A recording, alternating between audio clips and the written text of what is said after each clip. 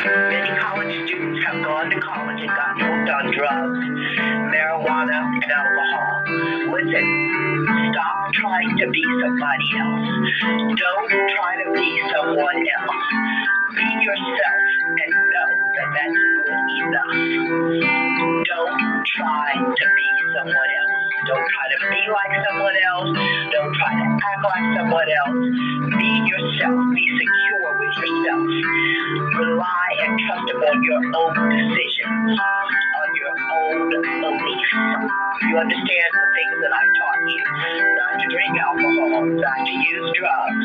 Don't use that cocaine or marijuana because that stuff is highly addictive. When people become weed heads, they become sluggish, lazy, stupid, and unconcerned. Sluggish, lazy, stupid, and unconcerned. That's all marijuana does to you. Okay?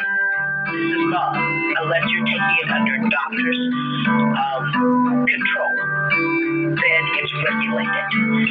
Do not smoke marijuana.